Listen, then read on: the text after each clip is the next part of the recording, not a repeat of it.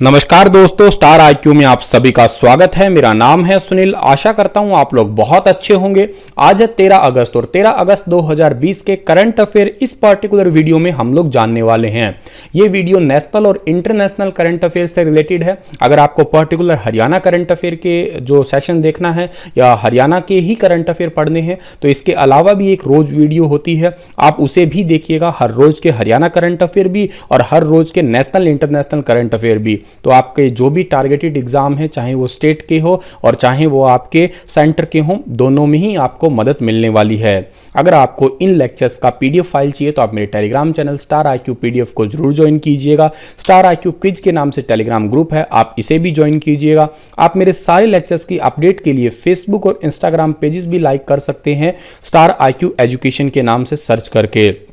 कल मैंने आपसे क्वेश्चन पूछा था, उसका सही जवाब क्या होगा कि निम्नलिखित पे ध्यान दीजिएगा कि बैडमिंटन, बॉलिंग, गोल्फ और टेबल टेनिस, इनमें से कौन से खेल सिंगापुर ओपन में होते हैं? तो ये सारे के सारे ही होते हैं। डी ऑप्शन सही था इस क्वेश्चन का हमारा। 1 2 3 4 सारे ही ठीक रहेंगे। Badminton, bowling, golf, table tennis, ये सभी खेल जो है सिंगापुर ओपन में होते हैं। बहुत सारे बच्चों ने इसके जवाब भी दिए हैं। आइए बढ़ते हैं। आज का पहला क्वेश्चन क्या है? आज का पहला ही क्वेश्चन इंपॉर्टेंट क्वेश्चन है। ये क्वेश्चन मैंने ऑलरेडी एग्जाम में देख चुका हूं। विश्व हाथी दिवस, वर्ल्ड एलिफेंट डे कब मनाया जाता है? तो विश्व हाथी दिवस जो है वो हर साल मनाया जाता है 12 अगस्त को। सी ऑप्शन जो है इस क्वेश्चन का हमारा वो बिल्कुल ठीक रहेगा। इसका उद्देश्य क्या होता है? एशिया और अफ्रीका हाथियों के बारे में जागरूकता फैलाना होता है और पहली बार 12 अगस्त 2012 को जो है ये हाथी दिवस मनाया गया था। और इसको एक तरीके से और भी जानते हैं, अंतरराष्ट्रीय गज दिवस के रूप में भी आपको पूछ सकता है। कई बार ये गज, इसको गज भी बोलते हैं हम लोग, आप लोगों ने कभी पढ़ा होगा हिंदी संस्कृत में, ठीक है। इसकी शुरुआत 2011 में सबसे पहले माइकल क्लार्क तथा प्रेटिशिया सिम्स ने की थी और इसका उद्देश्य था कि हाथियों के संरक्षण के प्रति जागरूकता फैलाना, हाथियों के प्राकृतिक आवास की सुरक्षा और हाथी दांत के अवैध व्यापार पर रोक लगाना। क्योंकि हाथी दांत पे जो है वो लोग बहुत सारी दवाइयां वगैरह बनाने के लिए इनके हाथी के दांत जो है उखाड़ ले जाते हैं। तो ये दिवस मनाने लगे थे 2012 में। इस मुहिम की शुरुआत 2011 में हो गई थी। अगला क्वेश्चन हमारा है कि विदेश मंत्रालय के संयुक्त सचिव मनीष प्रभात को किस देश में भारत के अगले राजदूत के रूप में नियुक्त किया गया है? तो मनीष प्रभात जो है इन्हें उज्बेकिस्तान के नए राजदूत के रूप में नियुक्त किया गया है, जो कि आपको फोटो में दिखाई दे रहे हैं। विदेश मंत्रालय के संयुक्त सचिव हैं ये मनीष प्रभात। इनको अब उज्बेकिस्तान में भारत के अगले राजदूत के रूप में नियुक्त कर दिया गया है। विदेश मंत्रालय के अनुसार बात करें तो 13 मार्च 2019 को संतोष झा को उज्बेकिस्तान गणराज्य में भारत के अगले राजदूत के रूप में नियुक्त किया गया था। और इससे पहले संतोष झा को भारत के दूतावास वॉशिंगटन डीसी यूएस के उप प्रमुख के रूप में भी काम कर रहे थे। अब मनीष प्रभात जो है ये संतोष झा की जगह लेने वाले हैं। जिक्र उज्बेकिस्तान का हुआ है तो उज्बेकिस्तान को मैप में देखिएगा, यहाँ की कैपिटल ताशकंद है। करेंसी क्या है? उज्बेकिस्तानी सोम है। पॉपुलेशन 3.3 करोड़ है यहाँ की। और ऑफिशियल लैंग्वेज क्या है? उज्बेक, ठीक है। ये आप याद रखिएगा। ये आसपास में देखो ये तान तान वाले हैं, जैसे Uzbekistan, Kazakhstan, Kyrgyzstan, Tajikistan, Afghanistan, Turkmenistan, ये सारे तान तान तान पाकिस्तान भी इधर आसपास में ही हैं, ठीक है। केंद्र सरकार ने निम्न में से किस राज्य के कुछ हिस्सों में 15 अगस्त से 4G सेवा के ट्रायल की शुरुआत की घोषणा की है? अब आप कहेंगे सर जी जमाना 5G का है और 4G का ट्रायल चल रहा है अभी तक। लेकिन भाई प्यारे बच्चों, जम्मू और कश्मीर के अंदर तो ये भी नसीब में नहीं है। इस वजह से जम्मू कश्मीर के अंदर जो है 15 अगस्त से 4G ट्रायल की शुरुआत करने की घोषणा की है। न्यायमूर्ति NV रमन, न्यायमूर्ति R सुभाष रेड्डी और न्यायमूर्ति BR गवई की पीठ की तरफ से केंद्र की तरफ से अटॉर्नी जनरल के वेणुगोपाल ने जो है ये जानकारी दी है। ये इंपॉर्टेंट है। के वेणुगोपाल जो हमारे भारत के अटॉर्नी जनरल है, और उन्होंने ये भी कहा है कि जम्मू कश्मीर के डिवीजन में एक जिले में प्रयोग किया जाएगा।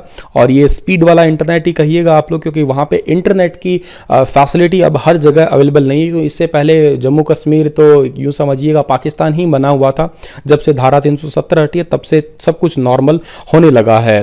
जम्मू कश्मीर का सबसे important question, recently Jammu Kashmir के जो उपराज्यपाल है गिरीश चंद्र मुर्मू, उन्होंने जो है उनको हटा के उनकी जगह अब कौन बने हैं, ये मनोज सिन्हा नए उपराज्यपाल बने हैं। वो हमारे भारत के कैग अधिकारी बन गए हैं, नियंत्रक और महालेखा परीक्षक बन चुके हैं।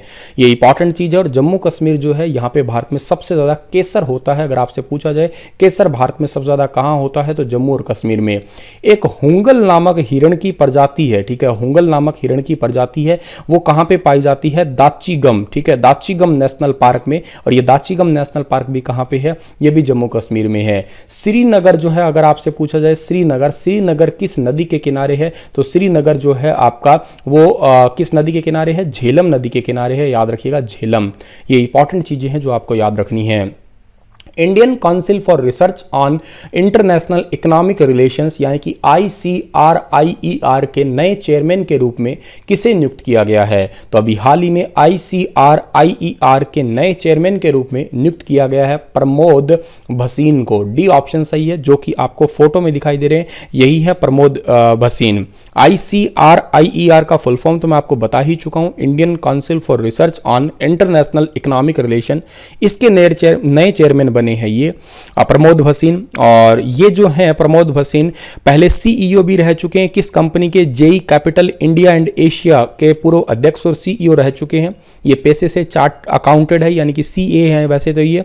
और इन्होंने इसकी डिग्री इंग्लैंड के वेल्स कॉलेज से और श्रीराम कॉलेज ऑफ कॉमर्स के भी स्टूडेंट रह चुके हैं। ये डिग्री जो इन्होंने ली थी ये इंग्लैंड के वेल्स से ली थी, ठीक है। भारतीय सशस्त्र बल द्वारा चीन के साथ तनाव के बीच किस परियोजना को पुनर्जीवित करने की घोषणा की है, तो ये परियोजना है प्रोजेक्ट चीता। ए ऑप्शन सही है इस क्वेश्चन का हमारा। प्रोजेक्ट चीता को जो है पुनर्जीवित करने की घोषणा की गई है। इस परियोजना का सिंपल सा मतलब है लगभग 90 ड्रोन को लेजर निर्देशित बम से हवा से लॉन्च करने वाली टैंक, और यूं कहिएगा आप लोग हवा से लॉन्च करने वाली टैंक रोधी गाइडेड मिसाइल के साथ अपग्रेड किया जाएगा।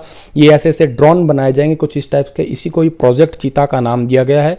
इस परियोजना में तकरीबन 3500 करोड़ रुपए जो हैं वो खर्च होने वाले हैं। और सिंपल सा मतलब है कि ड्रोन जो है उनको हाई टेक्निक के या हाई फाई टेक्निक के साथ में इंप्रूव किया जाएगा उन्हें, ताकि वो हवा से ही जो है मिसाइलों को छोड़ सके और दुश्मनों को पे जो है अटैक कर सके।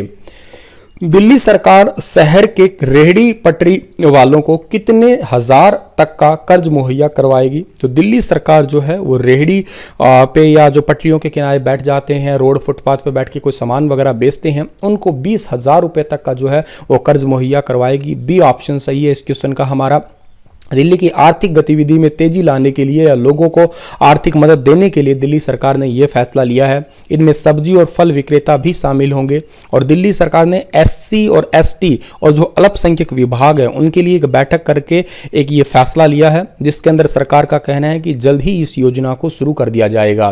दिल्ली के मुख्यमंत्री अरविंद केजरीवाल है, दिल्ली के उप मुख्यमंत्री का नाम मनीष सिसोदिया है। उन्होंने रिसेंटली ही ये घोषणा की थी दिल्ली का खुद का अपना एक बोर्ड भी होगा, जो कि दिल्ली के शिक्षा मंत्री भी है।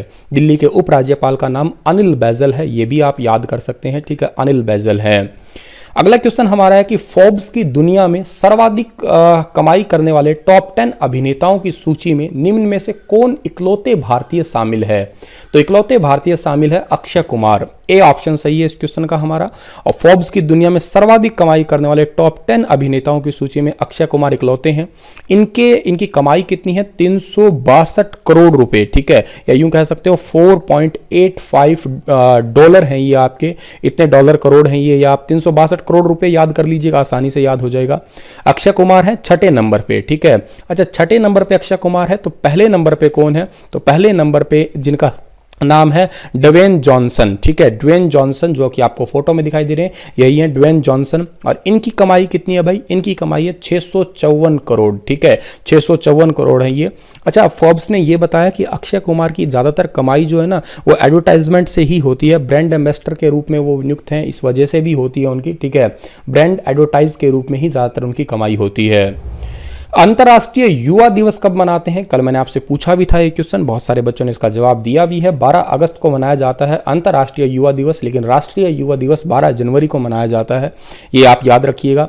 इसे सबसे पहली बार 12 अगस्त 2000 को मनाया गया था, ठीक है। 12 अगस्त 2000 को इसे संयुक्त राष्ट्र की सिफारिश पे जो है ये मनाने लगे थे। संयुक्त राष्ट्र महासभा के रूप ने जो है इसकी सिफारिश की थी मनाने के लिए, और इसकी सिफारिश तो वैसे साल 1999 में की गई थी, लेकिन इसे मनाने लगे थे पहली बार साल 2000 के अंदर। इसका उद्देश्य क्या होता है? सामाजिक, आर्थिक और राजनीतिक मुद्दों से लेकर तमाम जितने भी विषय हैं उन पे युवाओं की भागीदारी और उनके विचारों पर चर्चा करना। इस साल विश्व युवा दिवस की थीम क्या रही है, ये इंपॉर्टेंट है। इस बार युवा दिवस की थीम है वैश्विक कार्य के लिए युवाओं की भागीदारी। इंग्लिश में क्या है? Youth engagement for global action. I repeat again, वैश्विक कार्यों के लिए युवाओं की भागीदारी, इंग्लिश में है youth engagement for global action.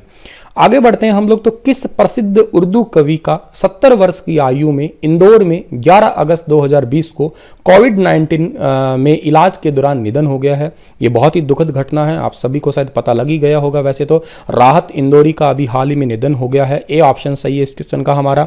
ये मशहूर उर्दू शायर, गीतकार राहत इंदौरी हैं, 70 साल के थे ये। देवी अहिल्या विश्वविद्यालय इंदौर में उर्दू साहित्य के प्राध्यापक भी रह चुके हैं ये।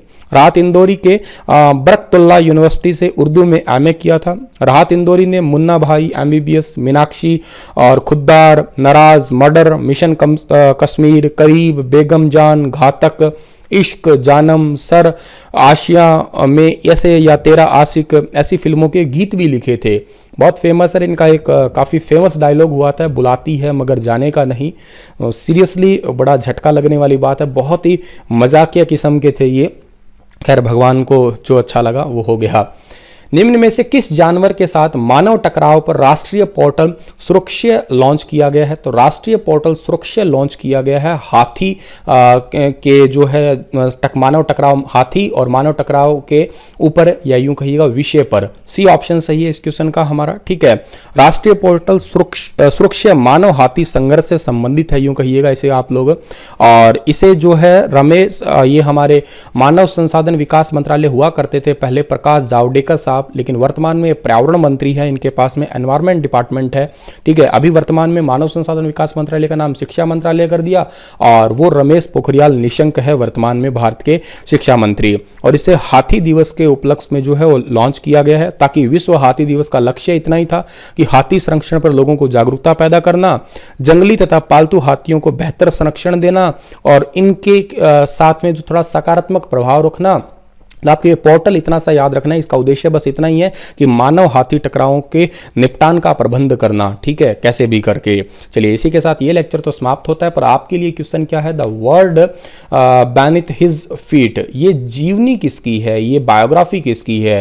तो पहला ऑप्शन है पुलेला गोपीचंद, दूसरा है नवाब पटौदी, तीसरा ऑप्शन है राहुल द्रविड़, चौथा ऑप्शन है सचिन तेंदुलकर। लिखिएगा डिटेल से, बहुत ही इंपॉर्टेंट व्यक्ति की ये जीवनी है।